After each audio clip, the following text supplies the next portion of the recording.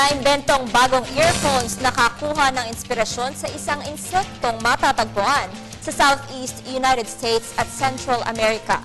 Ang earphones na ito ay may pinakamaliit na diaphragm na maihahalin tulad sa mustard seed ang suka. Para sa detalye, balitaan mo kami, Jackie Sai. Kinahihiligan ng marami ang musika kung kaya tumuusbong ang iba't ibang teknolohiya gaya ng sensitive tiny earphones para lalo pang marinig ang bawat tugtog ng pinakikinggang mga awit. Itinuturing na pinakamaliit na ang earphones na may sukat na 1mm by 3mm na diaphragm o gaya ng isang mustard seed. Naging inspirasyon ng micro-electromechanical microphone na ito ang Ormia ocracea o acoustic parasitic fly, isang insekto na matatagpuan sa Southeast United States at Central America.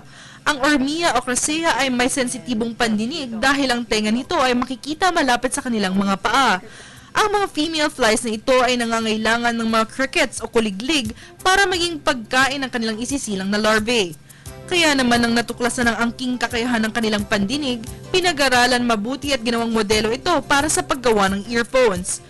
Kung ihahalin tulad sa isang mikropono, maaaring marinig ang pinakamahinang tunog sa 10 decibels, kung saan mas mahina pa ito sa naririnig ng may mga low noise hearing aid microphones.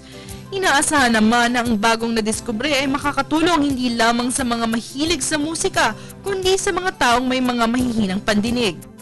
Para sa Telebisyon ng Bayan, Jackie Sai.